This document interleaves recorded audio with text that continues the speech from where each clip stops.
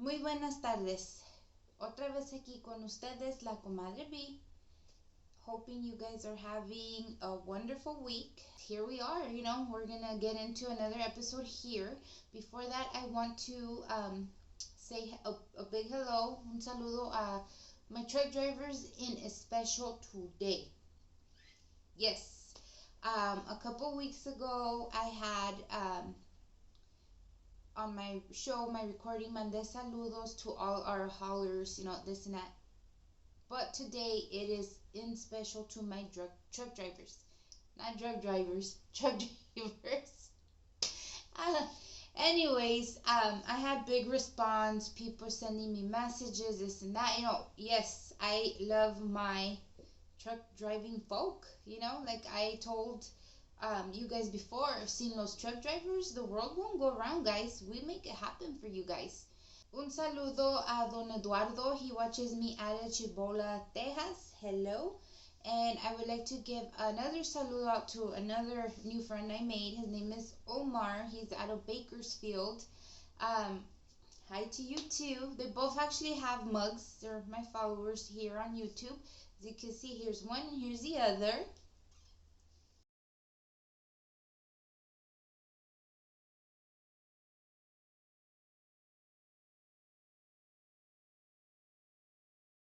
And actually, Omar does videos of his own. So check him out. I will share his information here. He's on YouTube.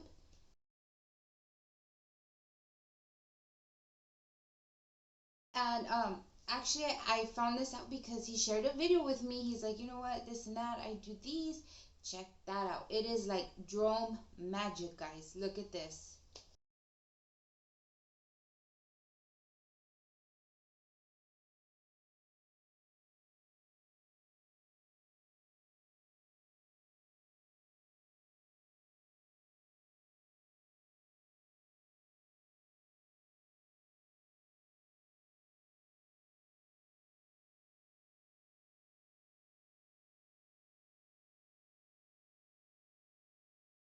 Isn't that like the coolest? He's just sitting up there on his trailer and just enjoying life.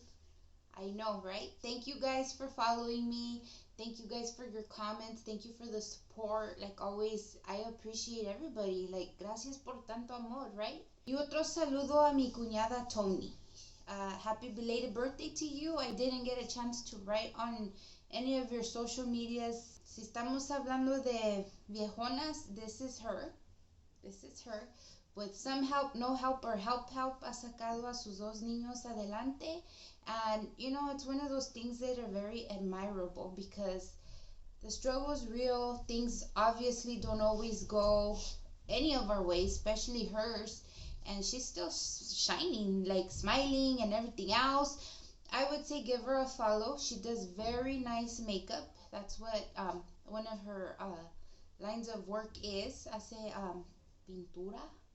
I don't know how you say it in Spanish, maquillaje. This is her Instagram.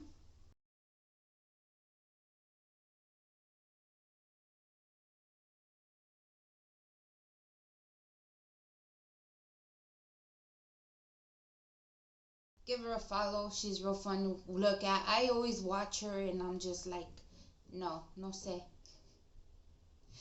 Happy birthday, Tony. I wish you very many more years. Y pues sigue chingando madres. What else can you do, right? Con eso de madres, sorry, mom, but hi, mom. So today I am going to talk about or introduce to you guys a very sad story. So let me get into it y vamos a lo ocurrido. The year is 1974 and it is Halloween. Okay, the story is about the real Candyman, how people call him, also known as the man who killed Halloween. Se llama este señor Ronald Clark O'Brien, and the setting takes place in Pasadena, Texas. Obviously, every year viene Halloween. Llevamos a los niños a ir a hacer tricky-treat, this and that, blah, blah, blah. Okay, well, this specific incident, like I said, is a tragedy. It started with this man that had his two children. One was Elizabeth, estaba chiquita, and he had a son named Timothy. He was 8 years old. Well, he got together with the neighbor, and together they decided to take their kids around the block a ir a triquitriar, right? Okay, pues ya, se fueron todos, andaban walking, and it wasn't like a regular Halloween because this year it was raining, so andaban apresurados, hurry up because ahí viene otra vez la lluvia, this and that. Okay, well, they start, knocking and tiki whatever. They go into this house, the yard y todo, y se meten, they start knocking, y pues nadie contesta la puerta. So the kids, like any kids, se desesperaron, they come running back, they tell the dad, which is Ronald, and the neighbor, nobody answered the door, we're going next door, blah, blah, blah, we need candy, whatever goes with all that trick-or-treat stuff. Bien emocionados los niños, right? Well, el vecino se va con los 4 niños, because the neighbor had 2 children of his own, y se van a la otra casa. Well, este señor Ronald se queda at this house. And pues se hace menso, a few minutes, blah, blah, blah. So he catches up with la bola, the 4 kids, his 2, the neighbor's 2, and the neighbor. Entonces traía those big pixie sticks, 21-inch pixie sticks. For those of you guys that do not know qué son los pixie sticks, son unos popotes. Obviously, like I just said, these are the big ones. They're 21 inches long. Y adentro tienen polvito. It's like sweet, kind of sour. They're nice and bomb for kids, They also come in smaller sizes, but this particular one was a jumbo 21-inch size.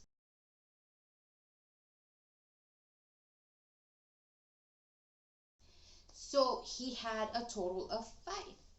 El cuento que les dijo a la bola was, the house ended up opening the door. That's why I went over there and grabbed the pixie sticks. Okay, no question about it. Everybody siguió con su triquitriada.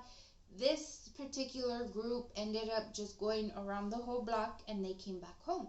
Once again, it was raining, blah, blah, blah. They didn't want to get wet, whatever. Well, ya dan la vuelta and they're coming home, so they're getting ready to start going into their doors, their driveways and stuff. So pasa un niño que es de la church del Ronald. He recognized him, so lo mira y le da un pixie stick. Like I said, he had a total of 5 that he had. He gave 1 to each one of his kids. So Timothy got 1, Elizabeth got 1. He gave 2 to the neighbor's kids. And then he gave the last one to this little kid from the church. Okay, whatever. They called it a night. Cada vecino se metió a su casa con su cría. It was done. Okay, so here starts the tragedy. A few minutes later, el niño Timothy empieza a vomit in the bathroom. He's vomiting, he's real sick, he's complaining que le duele la panza, his stomach hurts, this and that. Well, Ronald, the dad, le llama a la police, hey, this and that. So they end up bringing, sending over the ambulance to pick up Timothy. Well, what Ronald said was que he went limp in his arms, blah, blah, blah. Well, transporting Timothy al hospital, se murió on the way. He passed away.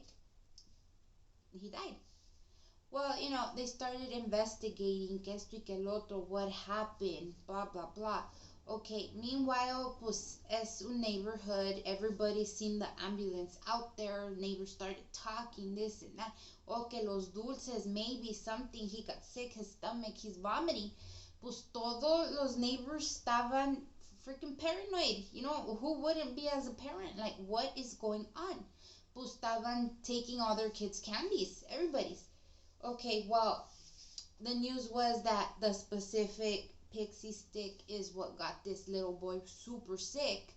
So the parents of the church boy were going nuts looking because they remembered they seen, the Ronald giving the little boy a pixie stick. Well, they're crazy, going crazy, looking through his candy that was, there in the living room or the kitchen. And they just ran upstairs where he was asleep, and they seen that he had fell asleep and he had the little pixie stick with him. He hadn't opened it, nada. So they were so thankful. Le quitaron todos los candies. They gave them to the police that was coming around trying to see, statements. ¿Quién miró qué o qué pasó? They came to conclusion that the little boy Timothy had passed away from poisoned candy. At first, the police didn't think anything of the dad. They asked him what happened. He said, El niño quería el pixie stick. He kept bugging that he wanted it. He ingested it, se lo comió, and right away he started saying it was bitter. So I gave him Kool-Aid to kind of, chase it down.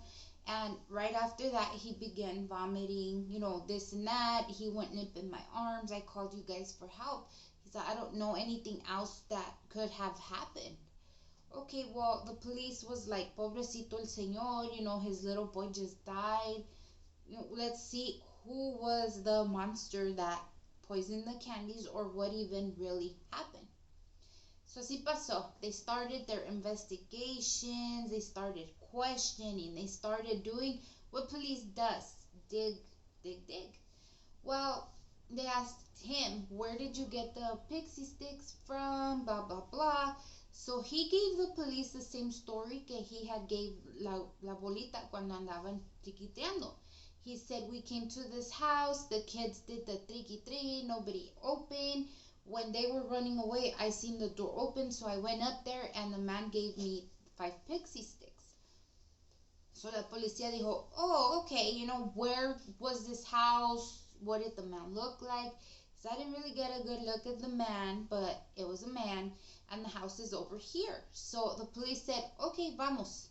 He took him over there. He started pointing out the house. It was his house, this and that. Okay, well, like I said, the police was on it. They were, gonna see what the heck is going on. Who is this mystery man? Who is this person giving out these pixie sticks, right?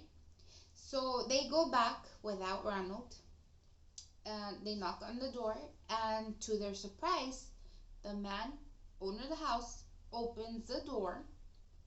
So they start talking. The police says, hey, on Halloween you were giving out pixie sticks, blah, blah, blah. The señor said, whoa, no, that wasn't me. I was at work. Nobody was here doing no triquitriando, no candy. No, it was not me. So this man, his name is Courtney Melvin, tells them, I have an alibi. I'm actually an air traffic control handler over at the airport. Everybody has seen me at work. I didn't get off of work till 11 o'clock. So they're sitting there like, oh, really? He's like, yeah, you're more than free to go and check it out, ask your questions. He's like, it's impossible that anybody opened the door and gave out candy here because I live by myself. So the police said, oh, okay, well, what airport do you say you work at? So this Melvin man says it's the William Hobby Airport. Well, the police went down there, started talking to people. Turns out there was more than 200 eyewitnesses that seen Mr. Melvin at work. So now they're thinking, why is Ronald lying? Why would he say that this man is the one that gave him the pixie sticks? Yeah, I know, right? Viejo mentiroso. Okay, so they're further investigating, looking into Ronald, this and that, the family, a ver qué sale, right? That's how it goes. You start looking up on somebody, everything comes out. First thing they find out, Mr. Ronald is in huge debt. Once again, the year's 1974. He's in debt for $100,000, like overall. Okay, this story, this research that I'm giving you guys right now, the original date that it was written in was in 2021. So the equivalency of the $100,000 back to 2021 is a total of $550,000. From 2021 to right now 2023, it's not much of a difference, but I'm just giving you the correct number because it's big. Like, what the heck? Okay, they also discovered that Mr. Ronald could not hold a job. The moment that all this was going on, he was about to get arrested for stealing at his job where he worked like at an eye doctor. I don't know what he stole. It doesn't say. It just says that he was fired and he was almost about to get arrested for stealing because obviously he got caught. In the past 10 years prior to the Halloween incident, he had 21 jobs. 21 jobs. It's like almost 2 a year. Like, what the heck is this Ronald guy doing, right? Okay, so the investigators also found out that he had taken out life policies against both his kids. Yes, both of them. January, he had one for, I believe, Timothy in the amount of $10,000, which again is about an equivalent to $54,000. And then a few months right before October, he took one out again, two actually, one for Elizabeth and one for Timothy, and those were in the amount of $20,000 each.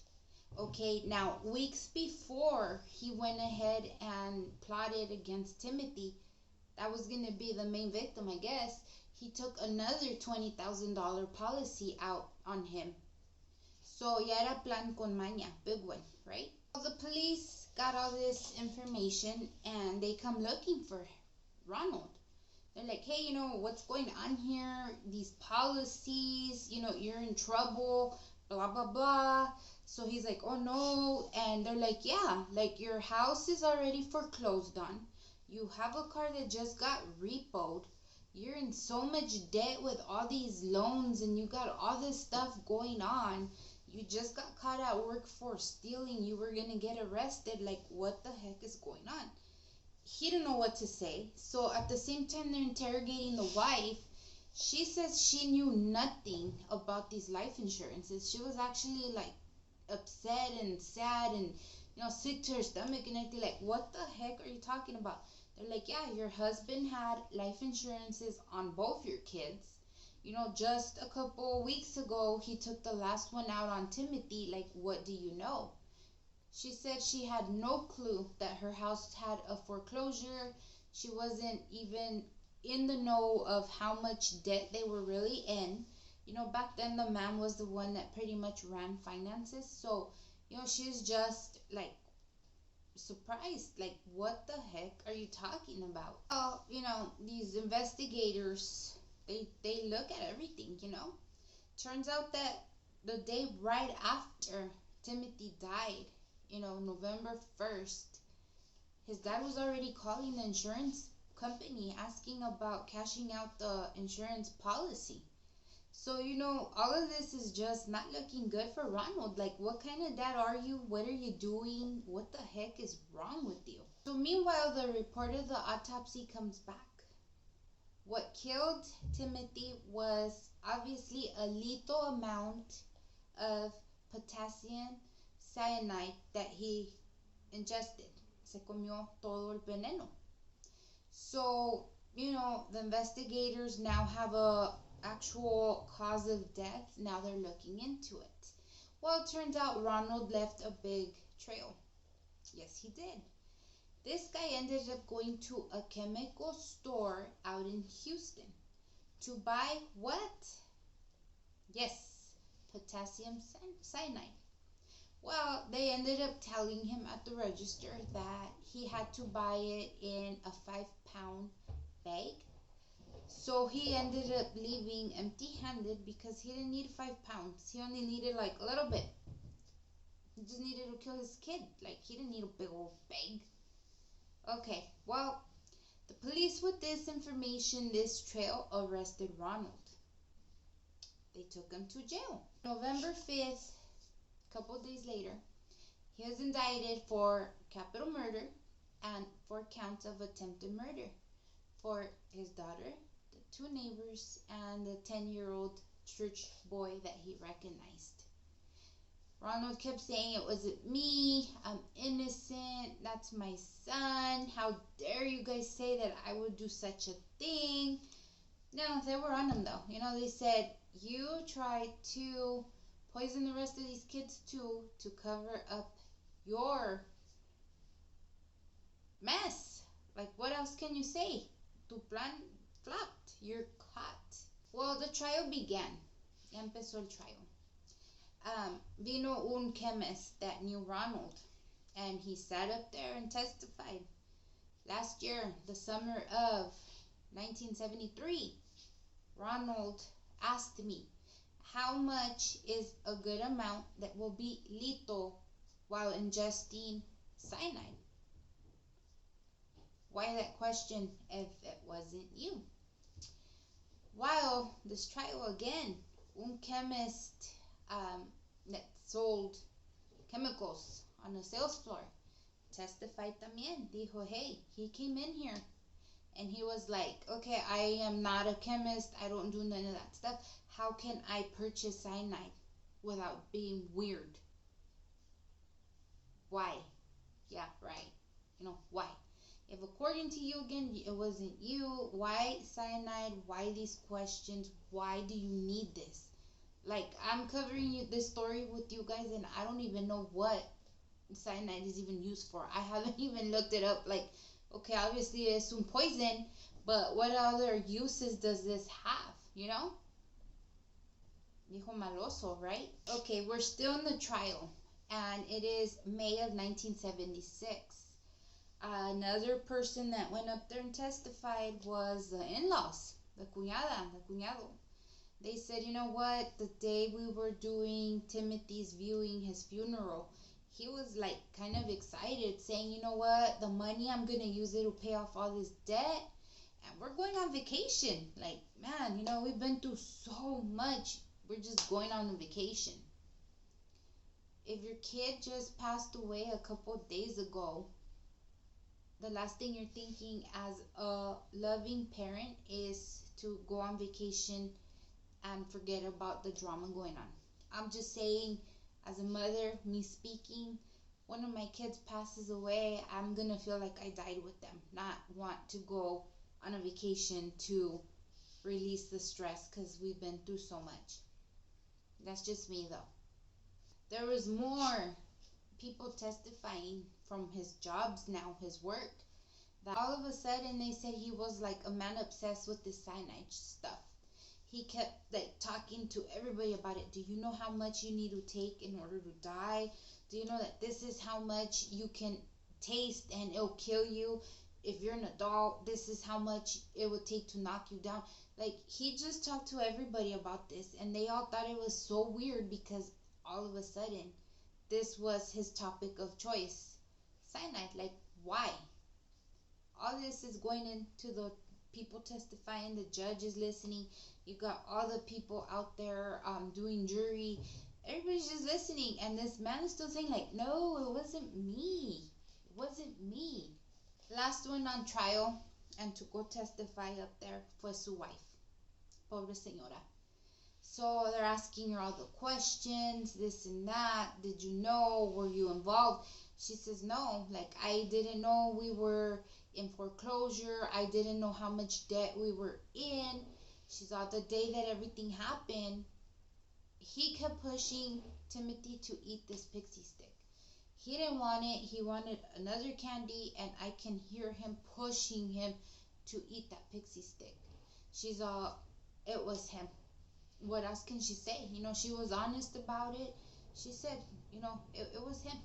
Ronald comes up, and his story is that it's possible that there's a madman out there poisoning children.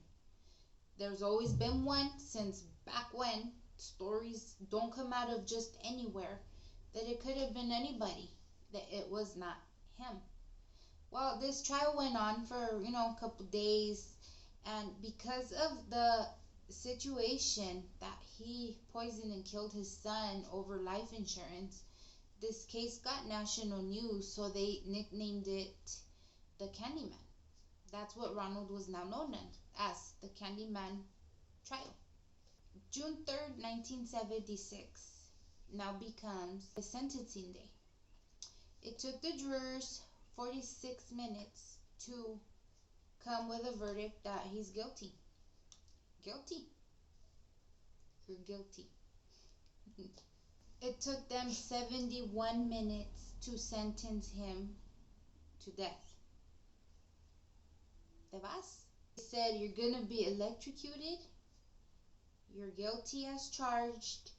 They threw at him 1 capital murder for his son and 4 attempted murders for the kids that he gave the pixie sticks to. Fue un desmadre, as you guys can imagine. Anything of this magnitude in court with other kids, people, family, everybody's watching you. It's what can I say? Just you know? Well, the wife divorced him, obviously. Good for her. Yeah, a few years later, whatever, she got remarried. The new husband adopted the little girl Elizabeth, and she was in a better place. Now, Ronald, he's still in jail. His attorneys are still trying to get him court date again to see the judge, because he doesn't want to die. He's still like, no, it's like a misunderstanding, this and this, this and that. He's in jail. He's all sad because he has absolutely 0 friends. At this point, you guys know how news in jail runs. Everybody knew that he was his own child killer, his own son.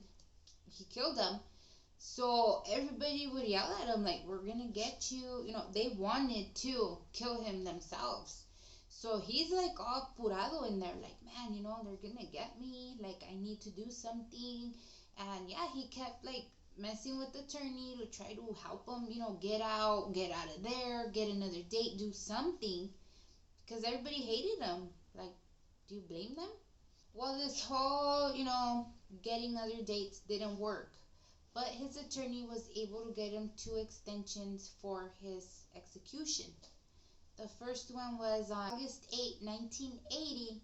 And the second one was 2 years later, on May 25th, 1982. Yeah, that's the best he could do. Extensions. Like, you're washed up. Es todo. Well, a judge by the name of Michael McSadden gave him the 3rd extension to execution. He wasn't playing. He scheduled it for, guess, Halloween 1982. Yes.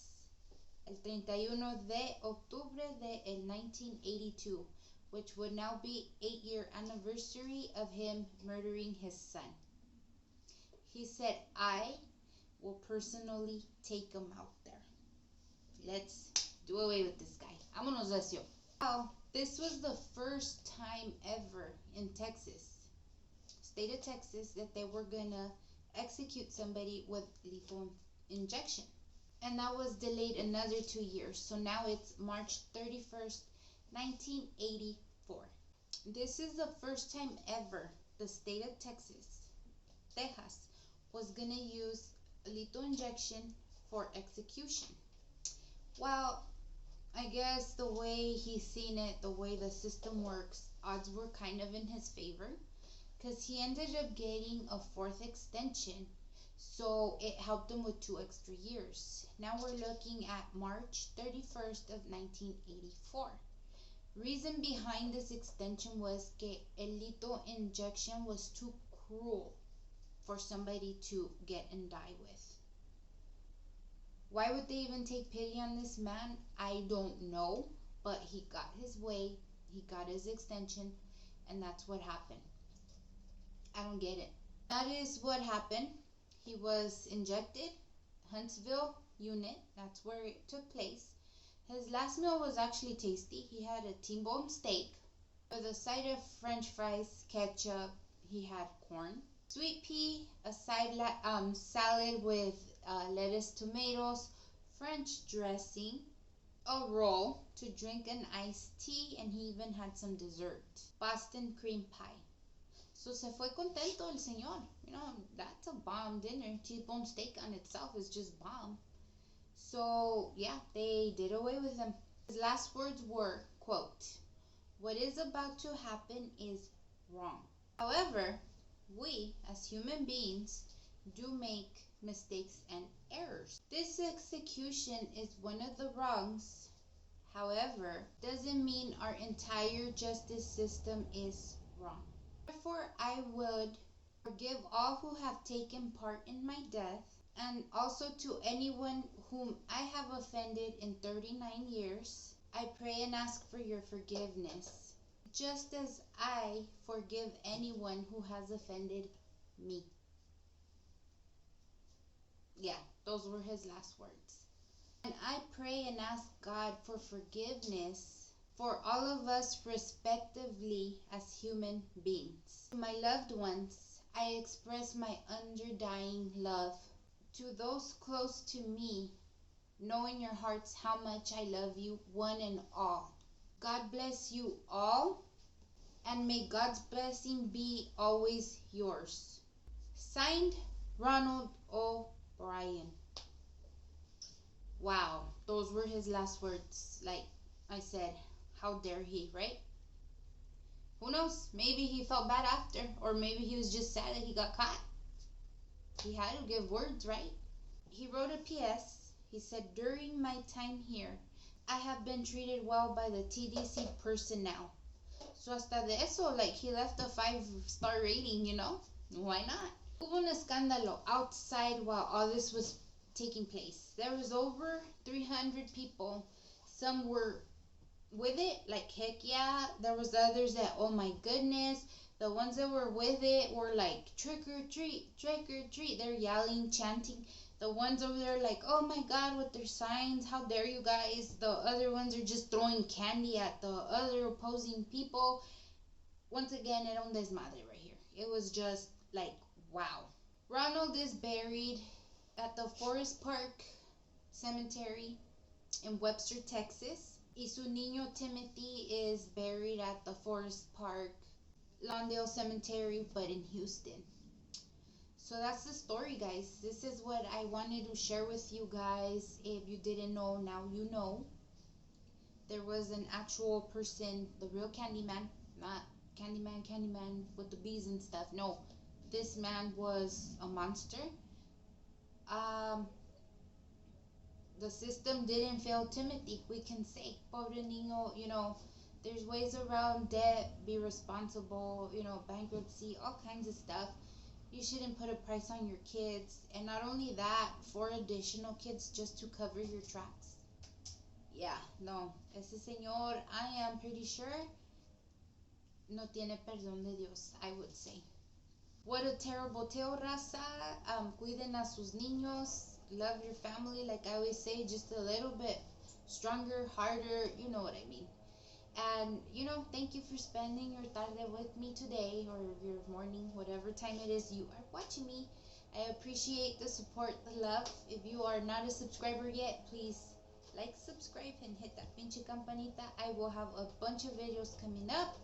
I do have 2 or 3 that I need to still upload, which I will be doing in a couple of days, hopefully by the weekend. Y pues como siempre, raza, stay safe, stay sane, los adoro. Bye.